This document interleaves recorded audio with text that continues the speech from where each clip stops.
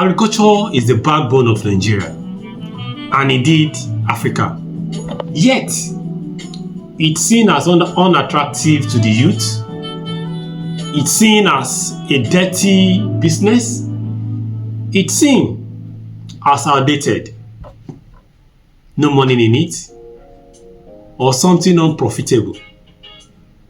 Are you also having these thoughts? Welcome to the Farm to Table.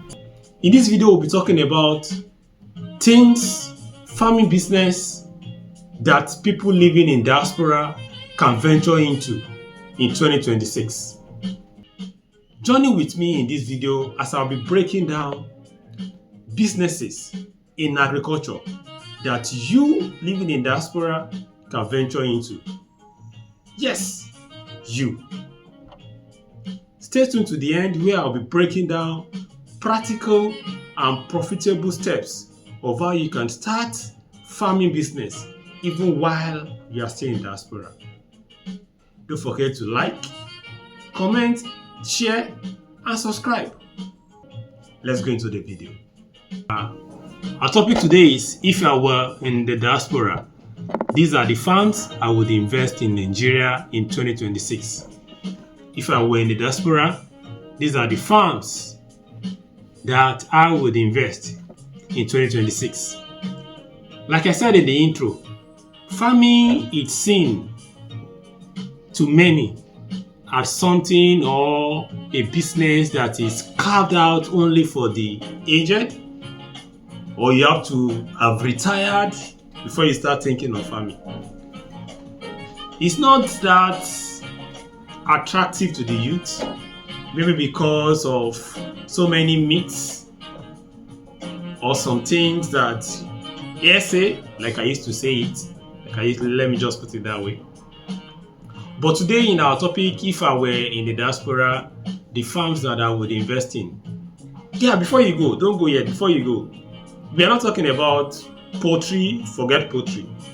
We are not talking about pig, forget that. We're not even talking about vegetable. We all know what happened, especially if you are conversant with how perishable all these items are when we talk about vegetable. Tomatoes leaving the farm, more than 50-60% get rotten on the road before it hits the market.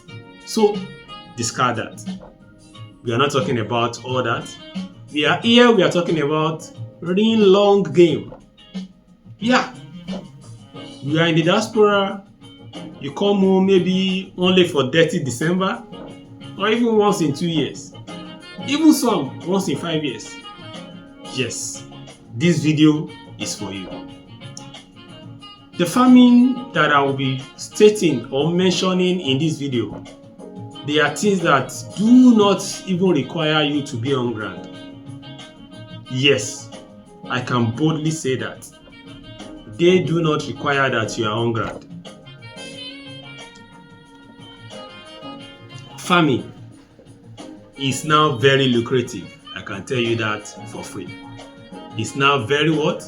Very lucrative. Now, before we go into the list, let me explain why I'm deliberately not recommending what everyone else is recommending. Yes, I know a lot of people will say, oh, why not do vegetable? Why not do tomato? Why not do super habanero? Why not do bell pepper? Oh, send money home. Let's do greenhouse for you. I know a lot of people will say that. Poultry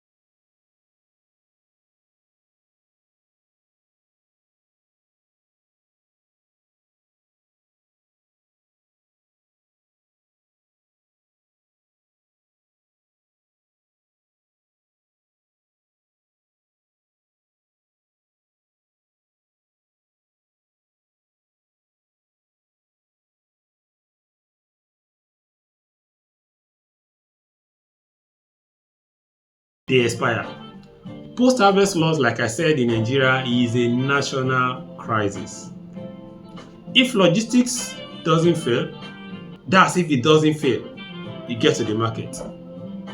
The off-takers with their drama, despite calling them on phone, oh, I'm bringing 10 tons. You agree on the price, you get into the point, showing them the produce, story starts, faces change, and you can't transport it back to the farm. You just have to sell. Catfish. You asked me, have I done it before? Yes. Don't get me wrong. Catfish is a great business, a very great one for that matter. But what about water management, feed management? You need boots on the ground again. I will not recommend it for diasporas. So the question is, Femi, what are you recommending? What crop with one thing in common are you recommending? You've asked right. You've asked right. I'm recommending one thing that all these crops that I'll be recommending, they all have in common. They grow up while you are away. They don't demand your daily presence. They don't even demand your weekly presence, not to talk of your monthly presence.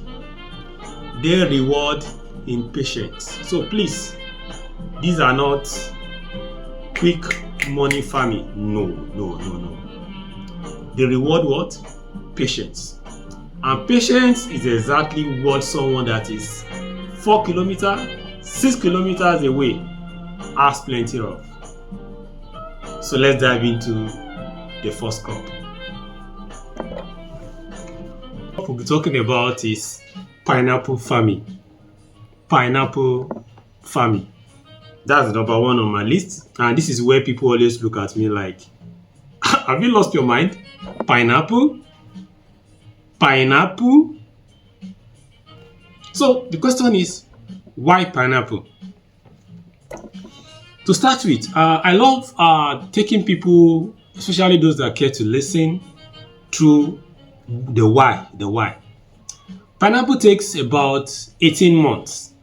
Let's call it a year and a half for it to be ready for harvest. That's harvest ready. I'm talking about from the time you plant the sucker to when you do your first harvest. Now, some of you just record 18 months, yes. And that's exactly why it's perfect for you. You don't have to be on ground because in those 18 months, you don't need to do much. You are not managing beds. You are not fighting post-harvest logistics. You plant, you leave a trusted person to manage basic weeding, just the basic weeding. You visit maybe once or twice before the harvest. Yes, pineapple.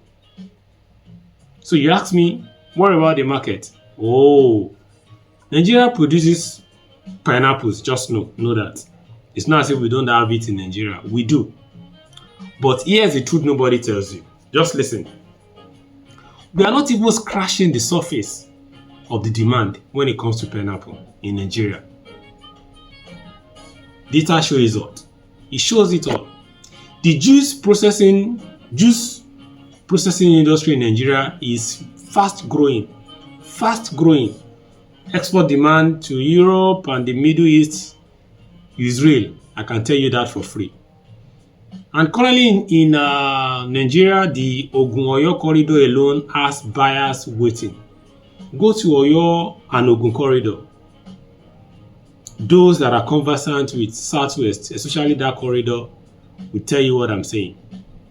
Pineapple is not a crop looking for a market. Just put that in your left hand. It's not a crop that is looking for market. Not at all. The market in the reverse is the one looking for the crop. I had a story about a farmer in, I think it's saying, if I'm right. Yes, it's saying. This farmer has close to 2 hectares of pineapple pineapple farm. He's a Nigerian. Yes, he's a Nigerian and he's based in, I think, either Ghana or thereabouts. And he comes home, in his own case, he comes home once in 8 months, once in 7 months. Don't forget 2 hectares of pineapple. And the rest, they say, is history during the harvest time. So what actually do you need to start? Well, for now, pineapple cannot be grown in the air. For now, I said for now, pineapple cannot be grown in the air. So you need land. And pineapple does not need your most expensive plot, All it needs is a dry, well-drained area. A dry or a well-drained area. What else do you need aside land? Yes, you need your suckers. They are the planting materials itself, and this is where the bulk of the work comes in, and the most important part of this farming, pineapple farming. Sourcing quality suckers is step 1, don't forget. And in this step, don't cut corners. Do not what? Do not cut corners. The next thing you need is to plant between a particular time of the year. You'll be wondering that, what was that time of the year best or suitable for planting pineapple? Yeah, research shows it all. It's between October and December.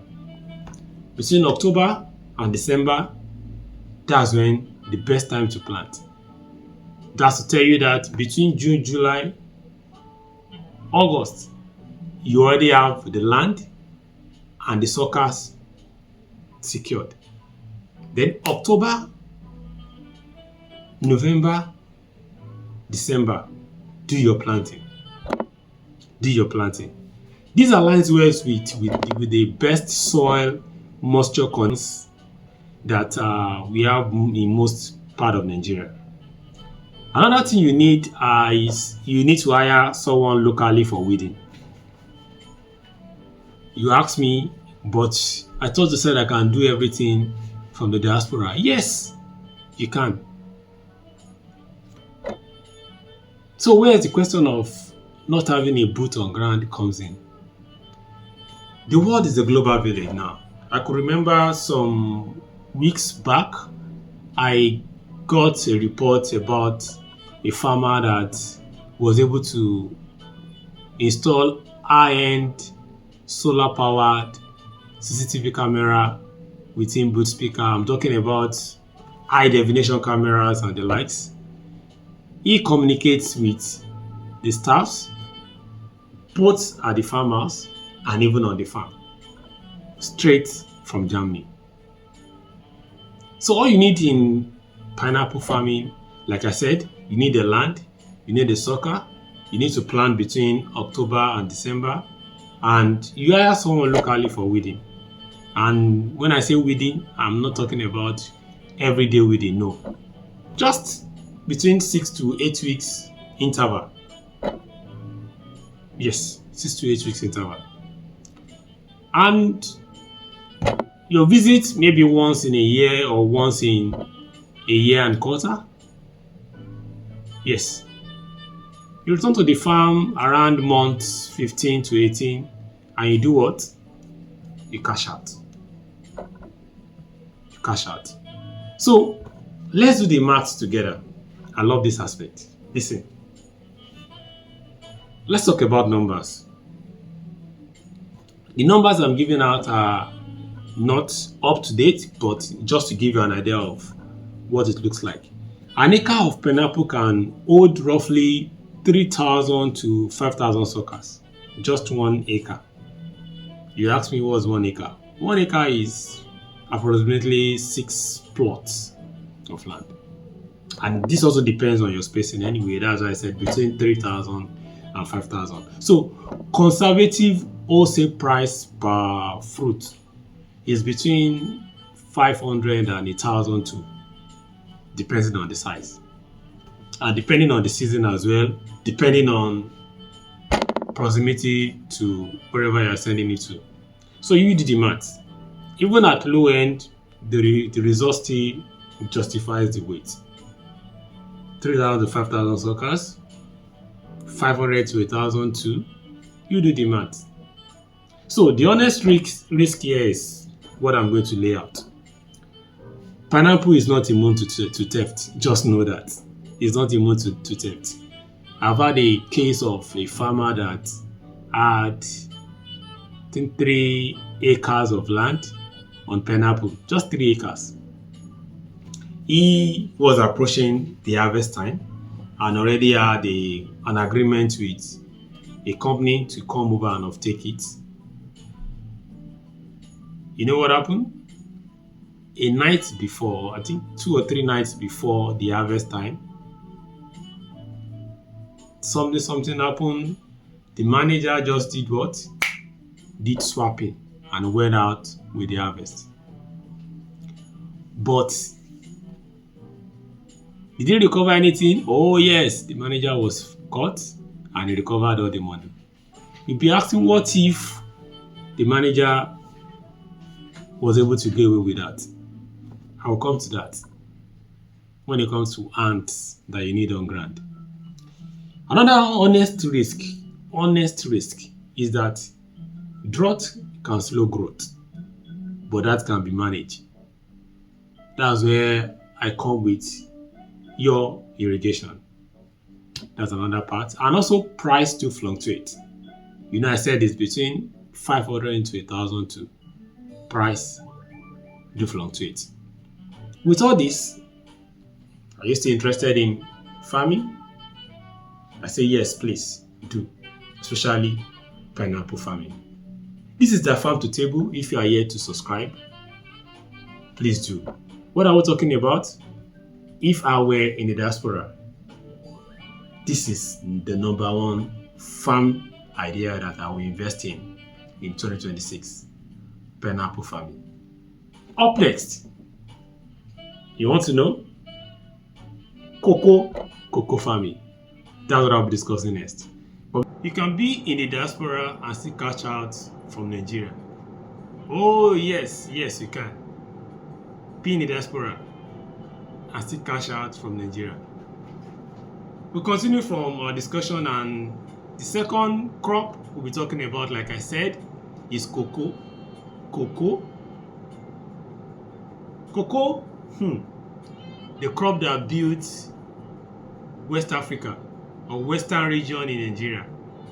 The crop that founded the very first universities in Nigeria. The crop that built the first story building, tallest in Nigeria. The crop that our grandparents talked about and they are even still talking about. And yes, the crop that is currently going through some pricing drama. Cocoa, a wonderful crop. Yeah, let's go deep into it. Now, let me first address the drama, and I'll tell you what I believe in cocoa shortly. Yes, prices are falling, but hear me out. Here's the context. Global cocoa prices saw a major spike between 2023 and 2024, and this was driven by weather-related supply shocks in West Africa. And since then, prices have corrected downward as supply has since recovered. But some farmers who banked on peak prices felt it then and are feeling it now. Oh, ask my friends, ask my ex-friends, my wonderful friends in Idore, in Ondo State, southwest Nigeria. Oh my God. 2 years ago, they were balling. I mean, they were really balling. Cocoa farmers in Nigeria, 2023, 2024, and even early 2025. Oh my God, they were balling. Seriously balling. So, you're asking what happened to the price now? Like I said, it has corrected itself because supply is now on a norm. The supply chain has recovered. And here's what the surprise correction doesn't change. Global cocoa demand is structurally growing and steadily what? Growing. The middle class in Asia, particularly in the India and China region, that region is consuming chocolate at rates that were imaginable 20 years ago. They weren't imaginable 20 years ago. The rate at which people in that region are consuming chocolate is very high. So demand what? Will definitely recover. And prices cycle will be what? Will be back up again. Now there's one thing I need to say. Cocoa is a generational crop. Is what? Is a generational crop. And people who planted cocoa 10 years ago, they made money. The people planting cocoa today will also make money in 10 years. The only loser in this game of cocoa is whoever stands, fold hands, and do what? Do nothing. That's those who never start. Now, let's talk about what makes cocoa very unique. I call cocoa old and leaf farming. What do I mean? Once established, it keeps producing season after season for 25 to 30 years. So this 2026. You do the maths. You are not starting from scratch every cycle, no. Unlike vegetable where you plant the season, after 3, 4, 5, 6 months, you go back again to get the seed and start all over. Cocoa is not like that. You are literally inheriting profit year after year. Don't forget, cocoa is a seasonal income that can modest in low prices every year. I'm not going to lie to you, but in a high price year, like what my Dori friends experienced 2 years ago. When it comes to cocoa, you will feel like slapping someone when the money hits you. I had a story about one of the Dori cocoa merchants 2 years ago when the boom period came. The man got so much reward that at first it felt like, is it not election season? I want to be the governor. That's to tell you how huge it was then. In the best possible way, that's seasonal bastard money, the way I put it. And it comes reliably if you've done the work to establish this cocoa farming properly. Now let's talk about how you can get started. Do not rush cocoa. This is where I must be very direct. I have to be direct at this particular point. Cocoa farming has a higher technical barrier than pineapple that I mentioned earlier. It is not complicated, but it requires proper knowledge and proper execution.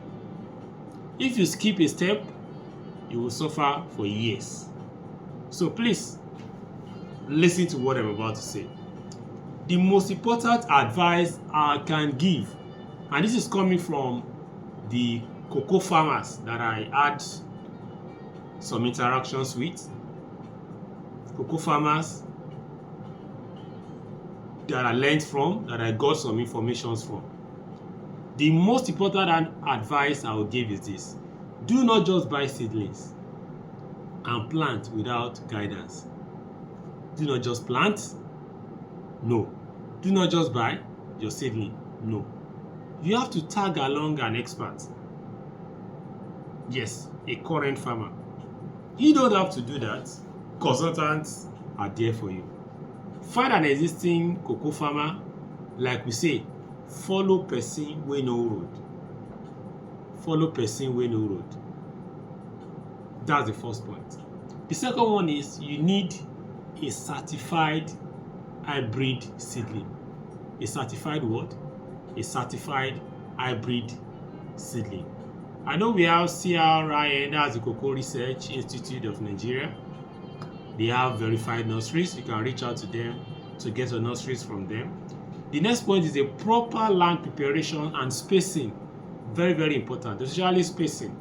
The proper land preparation and spacing. Very, very, very important. Capital planning is critical as well, because cocoa takes 3 to 5 years for the first bearing. I'm not talking about harvest, for the first bearing. So you must budget maintenance.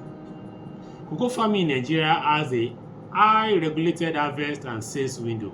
So you need to understand that before you establish. Selling outside the approved period can cause a legal and logistical problems for you. So it is one of the controlled farming area in Nigeria. So now let's talk about the diaspora angle. Cocoa is actually among the more manageable diaspora investments because once established, the seasonal nature of harvesting aligns well with planned annual or biannual visits. The key is finding a reliable, experienced local farm manager. Please note, not just anybody or any person. Someone who understands cocoa agronomy. Many diaspora investors in the western and eastern Nigerian cocoa belts, they hire through cooperative structures or they partner with existing farmers who manage their plots on a profit-sharing arrangement. So, with that, your mind will definitely be at rest. Don't forget, I said, secured contract farming arrangements are available right here in Nigeria, especially for cocoa aspirant, cocoa farming, or cocoa farmer.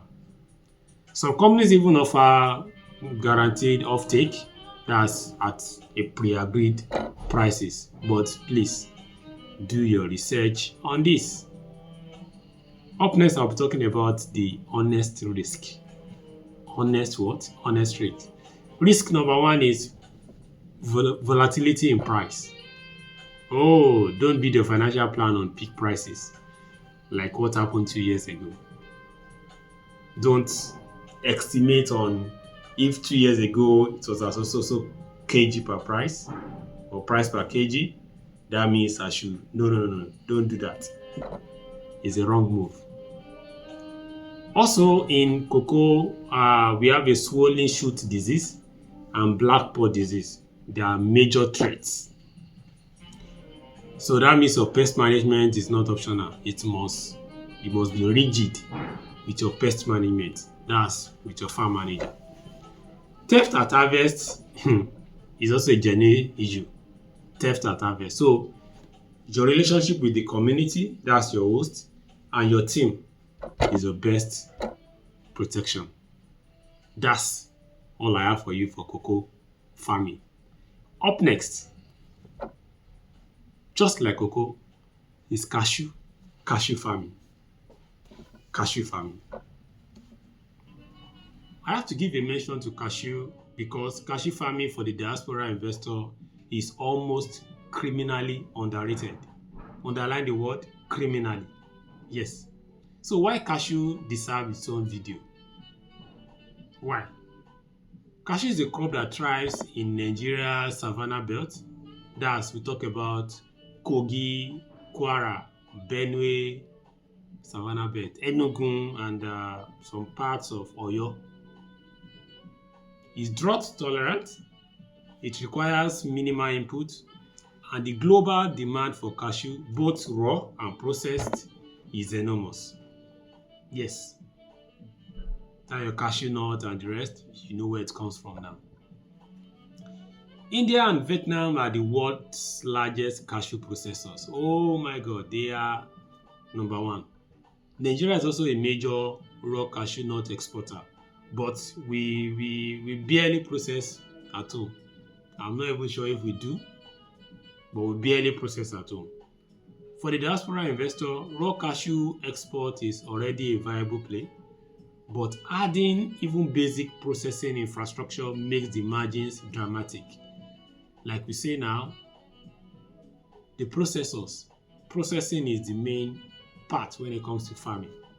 So let's talk about practical facts. Fact number 1. Cashew trees begin bearing from year 3 to year 4. Now you see why I say it's even more aligned with diasporans. Year 3 to what? Year 4. That's you starting up from the hybrid coconut. That's comparing it with hybrid coconut. We'll come to coconut later.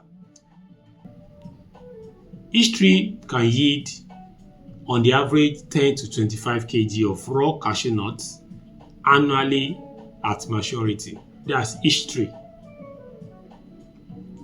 Yeah, you know the apple, that's the fruit that hangs from the cashew itself, is also commercially valuable. That's either it's being used for juice or for wine, even for syrup as well. It's largely wasted in Nigeria right now.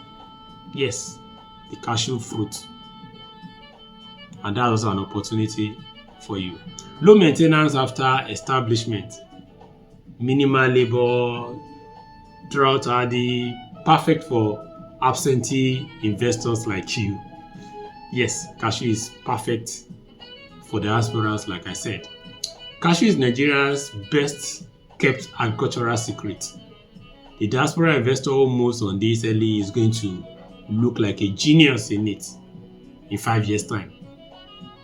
Like they say, the best time to plant a tree was 10 years ago. The next best time is when? Is now. So don't waste time. Jump into cashew. And in another 3, 4, 5 years, you start cashing out. Don't forget, all the crops I'm stating, they are crop farming that requires what? Patience. Yes, requires patience. Up next, we'll be going to one crop that 7-10 years ago was all over, everywhere. But now, it's dying down silently, and silent investors are cashing out through it. Don't forget, if you are yet to like, share, or subscribe, this is the Farm to Table. Share, like, and let other diasporans know about this topic. What are we talking about? If you are in the diaspora, things are we investing in terms of farming in Nigeria in 2026. Up next is moringa farming. Moringa farming. Now, moringa, this is one for the health-conscious diaspora investor who want quick returns and long-term positioning. Moringa, as they call it, the miracle tree. It has exploded as a global health product. Is it the moringa powder, or the moringa oil, or moringa capsule, or moringa tea? The export market for certified organic moringa from Africa to Europe and North America is real and growing. So the question is, why moringa works for diaspora? Why? First harvest can happen between 6 to 9 months after planting. Among the fastest returns in this entire list that I have. It has multiple harvests per year, and it's not seasonal. It's near continuous. Very low water requirement. You don't need much water, and it thrives even in semi-arid conditions. The value is in processing. I must confess, the value is in processing, so you can't skip processing when it comes to moringa farming. Are you talking about moringa powder, moringa oil, moringa capsule, or moringa tea? So the value is what? Is in the processing. Dried powder fetches dramatically more than the raw leaves. The raw leaves are peanuts, but the dried powder, that's where the juice, the money is. And don't forget you need export certification, which is also an added value, because once you're already in the diaspora, so you know how quick to get the certification compared to the farmers on ground there. So the catch in moringa requires consistent harvesting. That's just the catch in it. You can't be completely hands off. The consistency is what is needed. So this is right fit for diaspora investors who have family members or reliable managers on ground. When you think about moringa, think of moringa as a high frequency, quick return crop that you run alongside a slower, longer crop like coconut, cocoa, and the likes. Diversify your farm portfolio like you diversify your investment portfolio. So that's where I always look at moringa. Don't forget, in moringa, you can't skip the processing part. And that's all I have for you for moringa. Up next, rubber. Don't forget, I said towards the end of this video, I'll be dropping the Diaspora Farmers Practical Guide. The Diaspora Farmers Practical Guide. So, watch till the end, because that's when I'm going to drop the Diaspora Farmers Practical Guide. This is the Farm to Table. Do like, share, and subscribe. Like I said, the next crop is what? Rubber. Now, let's talk about rubber or latex farming, like I used to call it, or the name I prefer it being called. Partly because it's more accurate, and partly because it sounds like exactly what it is. That's a premium industrial product with dollar-denominated demand. But let me be straight with you before anything else. Rubber farming is not for the impatient. No, it's not. It takes an average of 6 to 7 years before you start tapping.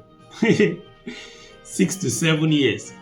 You see why I'm saying it's more suitable for those in the diaspora. If you are the kind of person who needs to see returns in year 2, do not start rubber farming. Do not start latex farming. If you prefer seeing results in year 2, year 3, don't venture into latex farming. Why? It will frustrate you. But if you're in Germany, you're in Netherlands, you're in Canada, waiting for your blue card or waiting for your PR, your next big career move, or you want something growing back home while your life is also growing abroad, latex farming or rubber farming is your rubber card. That's your rubber card, yes. Maturing quietly, patiently, and reliably. You are building your life in Europe, you are building your life in Canada, you are building your life in the United States, even in the UK, while your rubber trees are building your life in Nigeria. Two things are growing together at once. Is that not cool? Yes. So, why rubber demands respect? Rubber demands what? A salute. Rubber is a global commodity. Like I said, it is priced in US dollars on international markets. Nigeria's natural rubber, particularly from the South and Southwest belts, is of competitive quality. That's already telling you the regions where it's best to plant your rubber. The global demand for natural rubber in automotive, medical, and industrial applications is really growing fast, particularly as synthetic alternatives face environmental scrutiny. When your trees matures and you start tapping, you are not selling to a local middleman at Naira prices, no. you are feeding an export market. The exchange rate, as you know it, works for you, not against you. That's rubber for you, or latex, like I love calling it. Now let's talk about the practical side of things. This is where it gets serious. So move closer, move closer. Established in rubber belt states, that's the best place to establish your rubber or latex farming. And states like this are your Edo, Delta, Cross River, Ondo, and Ogun. Yes, Ogun State. These are the proven rubber region in the country right now. Also, research the right clone. Don't just jump at any clone and start planting. No. Research in the right clone. RRIM 600, like my research told me, and PM 260. These two are among the recommended high-yield clones for Nigeria conditions. Once again, research the right clone. That's the RRIM 600 and PB 260. These two, yes, they are recommended as high-yield clones for Nigeria conditions. Another practical side is this. Land preparation is important, but not that extreme. Rubber is not as soil demanding as cocoa that we mentioned earlier on. Also, when it comes to weed management in early years is your main labor cost in the early years. Once the canopy closure forms, which normally happens in year 3, 3.5 upward, weeding needs will drastically drop. That's the cost area, weeding, in the first 1, 2, 3, 3.5 year. And don't forget, like I said, tapping begins around year 6 to 7. So this is a crop farming that requires what? Patience. All you need during this period are trained tappers. It's a skill. It's not something like you just wake up one morning and say you are a tapper. No, it's a skill. And once you have an experienced trained tapper, you can train others. That is something that I've seen in action and is proven. Those are the practical side of things. Like I said, it's established in the river belt states, your Edo, your Delta, your Cross River, your Ondo, and your Ogun states. Research the right clone, your RRIM 600 and PB 260. Land preparation is important, but it's not as extreme as cocoa that we mentioned earlier. Also, weed management is highly recommended to be handled perfectly in year 1, 2, 3, thereabout. And don't forget that the rubber latex tapping begins at year 6 to year 7 upward. Now let's talk about the financial case, the numbers, as they put it. Rubber tapping produces latex daily. So while you sleep, your rubber is what? Is working. That's from year 6, like I said. So daily tapping is needed once it's matured. Daily is what? Daily tapping. A well-managed mature stand can yield between 1,005 to 2,000 kg of dry rubber per hectare per year, with export prices ranging from $1.5 to $2.5 per kg. It fluctuates anyway, but that's the rate that I was able to get from the sources I contacted. And you know, when you do the arithmetic over a 20-year tapping cycle, you know that this is compelling. Now, the note. This is a long game, like I said, it's a long game. But it is a certain game. When I say certain in terms of profit, it's a certain game. Few commodities have a consistent global demand like rubber. Only few commodities. But rubber is one of those commodities that has constant global demand, not just your local, global demand.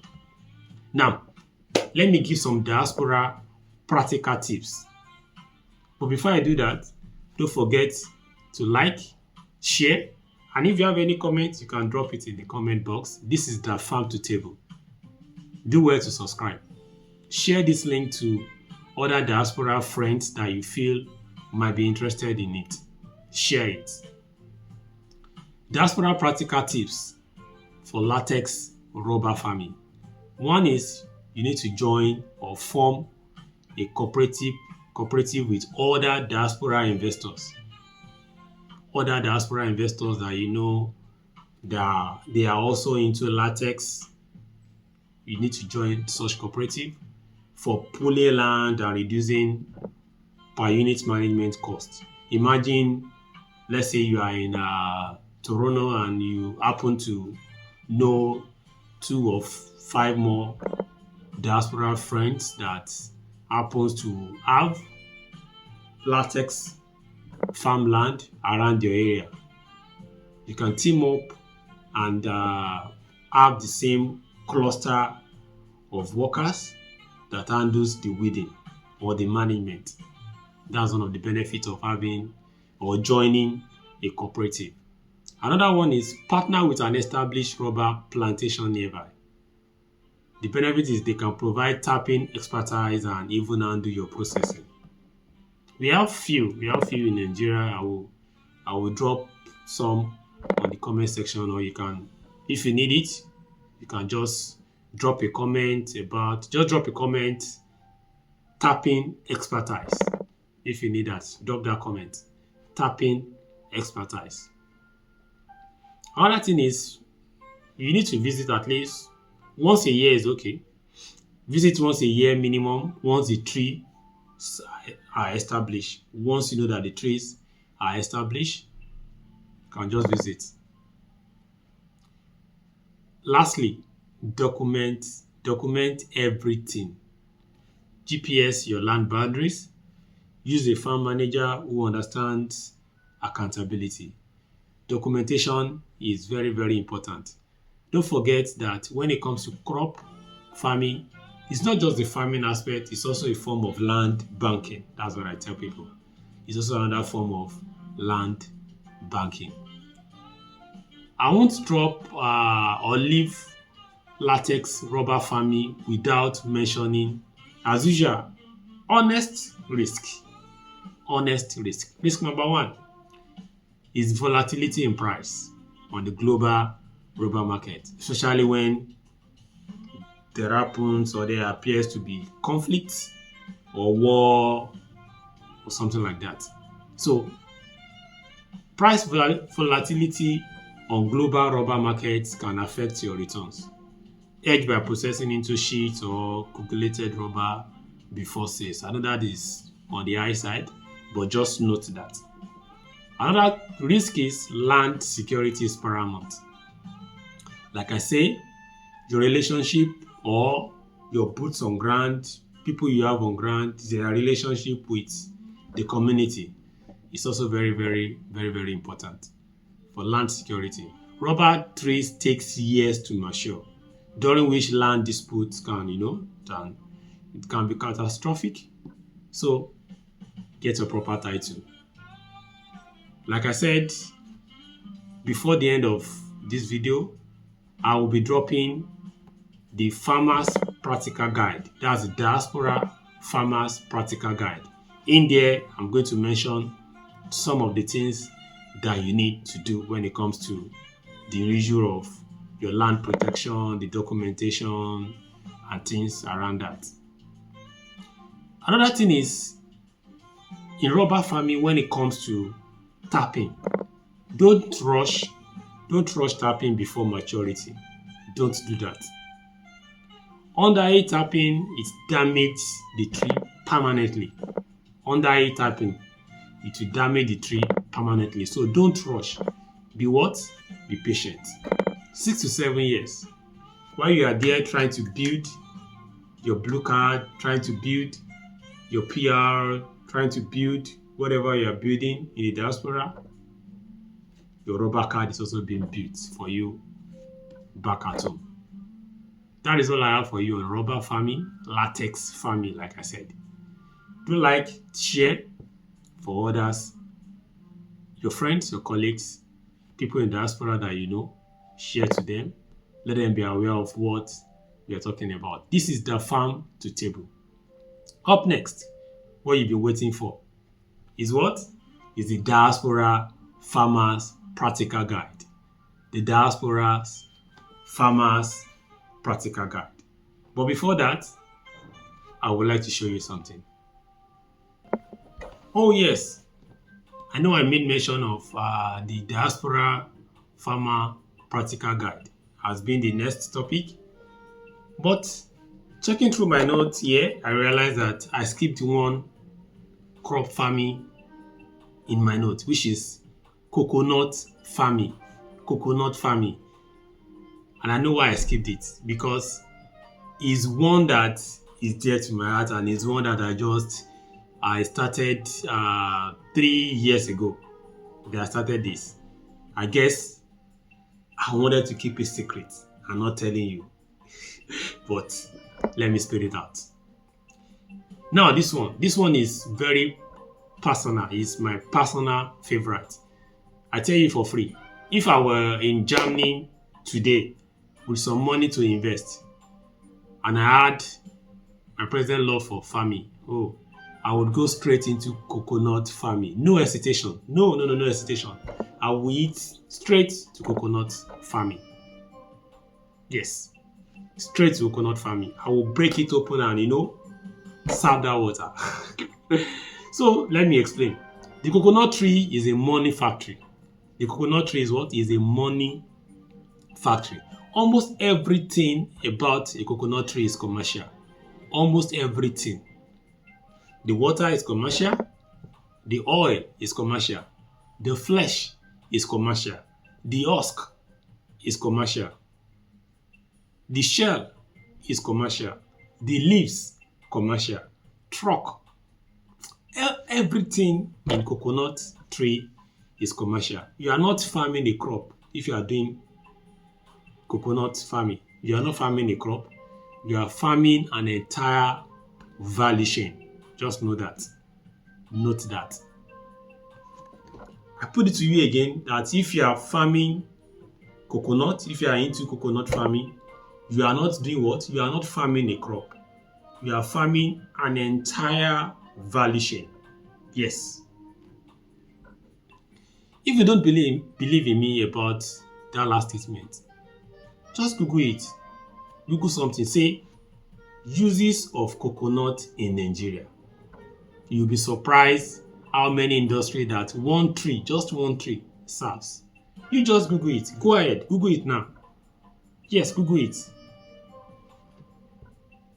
Now, let's talk about a story I heard recently. It is a story from Ghana. Our sister over there. I heard a story recently and it stuck with me. It's about the coconut water craze in Ghana. People literally, they were queuing for fresh coconut water. And what are they doing? I saw them mixing lemon. They just squeeze lemon in the water. That's not Lagos. That's not Nigeria. That's Ghana. Where they figured out how to brand it. So when I say that you are farming a whole value chain, the water is money. The husk is money. The flesh, everything about coconut tree is money. Now, let's go deep into it. The advantage. This is critical. Not all coconut is equal. You need to note that. Even myself, I didn't know until I started a few years back, like I said. The traditional tall variety takes 6 to 10 years to bear fruit. The hybrid variety, on the other hand, specifically the Malayan dwarf yellow or the PB121 hybrid, yeah, that's the name, PB121 hybrid. It fruits from 3 to 4 years. Do the comparison. The tall one takes 6 to 10 years before fruiting, while the hybrid, especially the PB121 hybrid, 3 to 4 years start fruiting. So for diaspora investor, this isn't just convenience, it's a financial game changer. Get certified hybrid seedlings from reputable agricultural research institutes or verified nurseries. And in Nigeria, your local government is one of the best places where you can also get contacts that can link you up with where to get good hybrid nursery. At least that's what I use in my case. Don't buy from the roadside, please. Don't do that. Yeah, they might be tempting, cheaper and the likes, but don't make that mistake. Don't buy from the roadside. Source properly. This is where most new coconut farmers lose even before they start. Don't buy from the roadside. Now let's talk about land management and the requirement, the land management requirement. The minimum viable size that you need. The minimum, when I say minimum, barest minimum viable size of land that you need is 1 acre. 1 acre. If you remember, 1 acre is just what? 6 plots.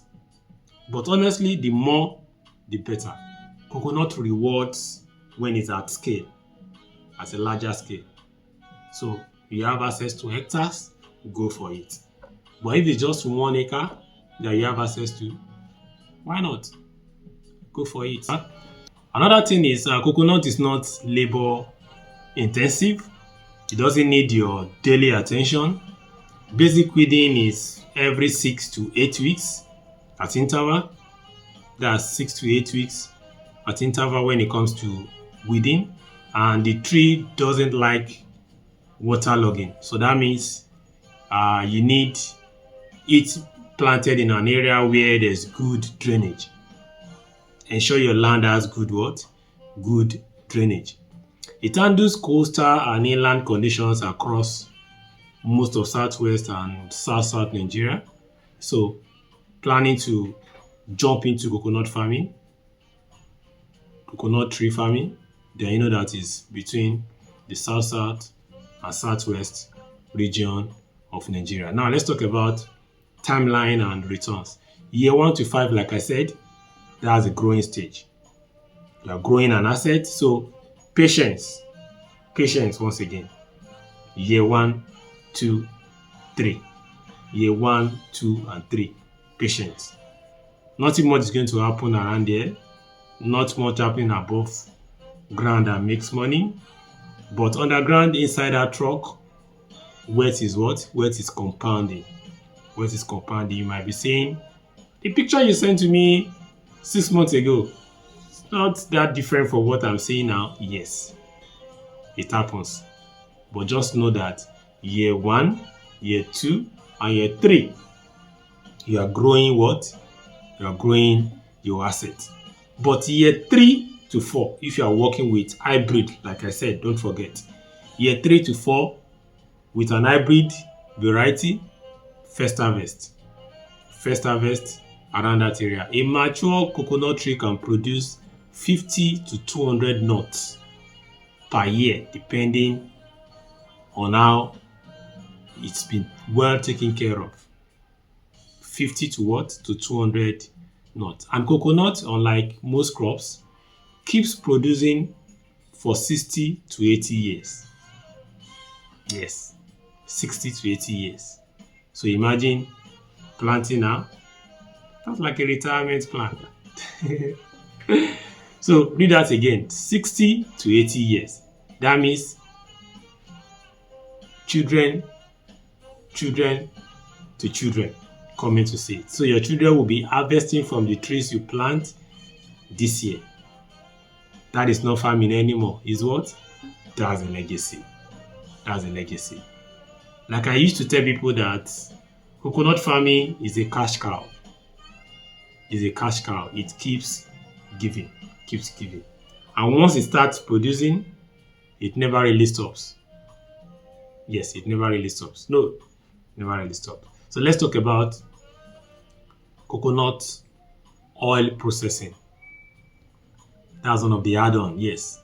Now, for the diaspora investor with slightly more capital, here is an add-on strategy. You can invest in a small cold processing coconut oil unit. Cold processing coconut oil unit. Virgin coconut oil, that's the VCO, is selling at a premium in health-conscious market globally. Health-conscious market, your VCO, that's your virgin coconut oil, is going to hit the market, and you know what? You get your investment, your returns, ROI. You can grow the raw material and process it. That's one of the benefits.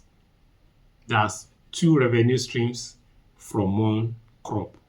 2 revenue streams from just one crop.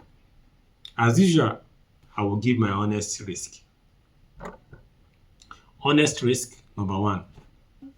Theft is a real issue for coconut farms near roads or even communities. Fence or establish good community relationship. If you notice, all the crops that I've mentioned in this video, I mentioned what? Community relationship is very, very, very important. Community relationship. You say fencing, well, that's if you have 1 acre, 2 acre, you can talk about fencing. But what if you have like 10 hectares, 100 hectares? Do you want to fence 100 hectares? Community relationship. Your local manager's accountability is also very crucial.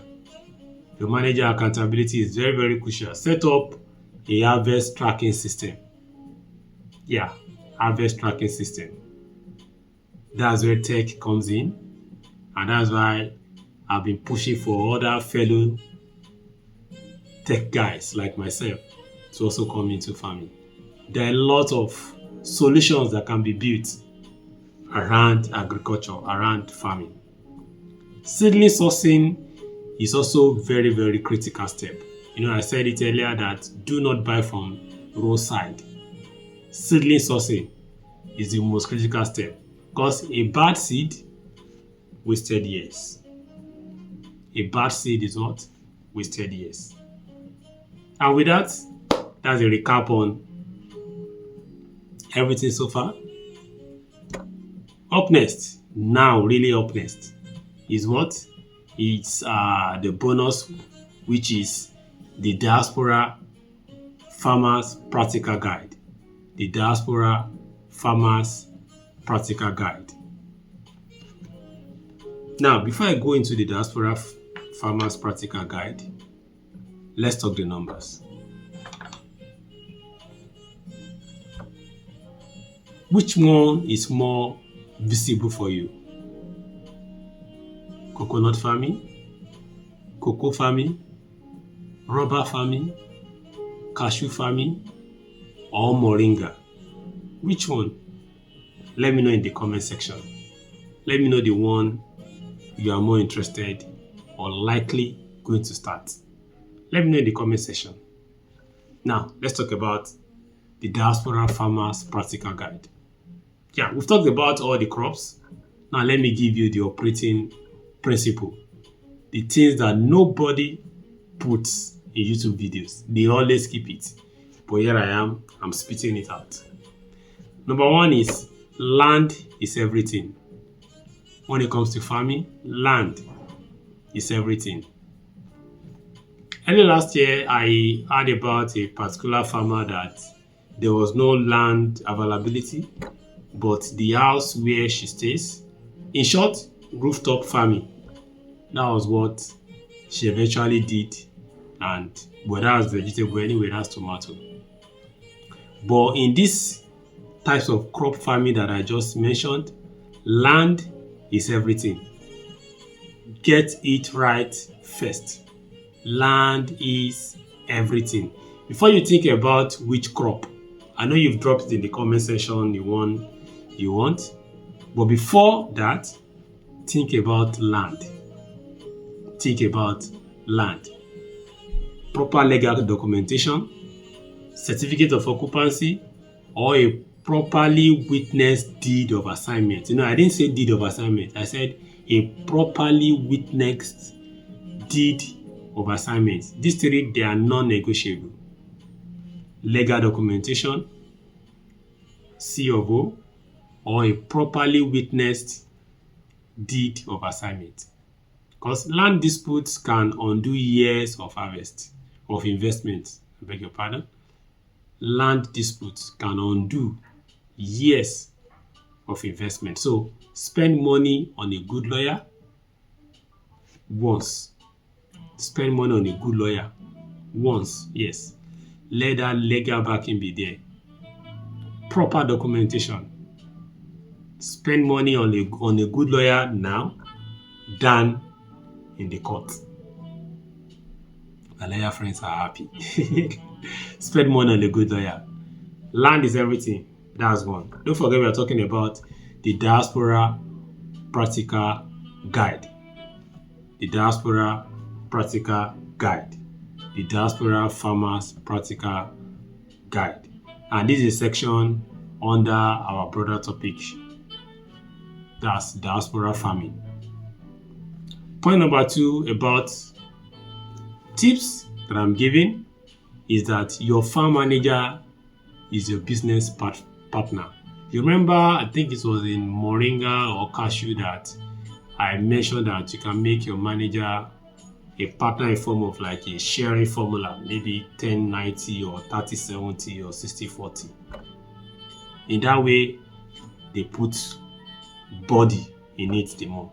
So your manager is your business partner. Just know that. The quality of your manager determines the quality of your returns. The quality of the manager you put in place or you get will determine the quality of your returns. That's to tell you that you don't just hire someone anyhow. Don't hire someone based on just doing it just to help him. No. He's a family friend. I just want to do it so that he can also have something. No. Don't do that. Don't hire someone because the person is cheap. No, don't do that. Hire someone with proven track record. Hire someone that has community respect. I said community relationship also matters. So hire someone with community respect and a financial stake in the success of the farm. Someone that has a financial stake in the success of the farm. These are the qualities or things you need to look out for when you're hiring a farm manager. You say, can't I just give salary and bonus? Yes, that is okay.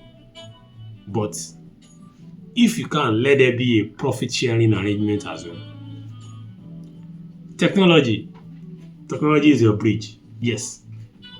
Technology is your what? Is your bridge. Once in a while, WhatsApp video calls while they are on the farm. Once in a while, WhatsApp video calls while they are on the farm. You can introduce Google Earth monitoring of your land. Yes, Google has that service. We have farm management apps all over. You can introduce that as well. Just make sure you use everything available tech-wise to connect your investment, the people you put on ground, and yourself. Don't just wait for 3 months, 6 months, 1 year before you get report. Leverage on technology. Network is everywhere. As low as 3G, 4G, even 5G. Yes. So, technology is what? Is your bridge. Technology is your bridge. I know you say you're in the diaspora, yes, but once in a while, visit. It can be once in 3 years, it can be once in 5 years, it can even be once during your dirty December visit. For any of the crops I've mentioned, a once yearly visit is the minimum. I'm not saying come home every month. No. Once yearly, that's the minimum. Ideally, twice is okay, but once yearly is the minimum. This visit serves two purposes. One, they verify that the reports your manager is giving tallies with what you can see on ground. And they remind everyone, including your community, that you are engaged and paying attention. Again, I'm mentioning community. Yes. The fifth point is cooperatives and networks. Cooperatives and networks. You can't do it alone. Connect with Diaspora agribusiness networks. Yes, you find them. If you look, you find them. Lastly is think of portfolio, not just a single crop. The smartest diaspora farm investors I've seen, they don't just put everything in one crop. No. They might do pineapple for an 18-month cash flow. They might go into coconut for long-term legacy income. They might do moringa for quick returns in the meantime. All I'm saying is layer your timeline, layer your risk. You've had it all. So, like I said, which one are you interested in?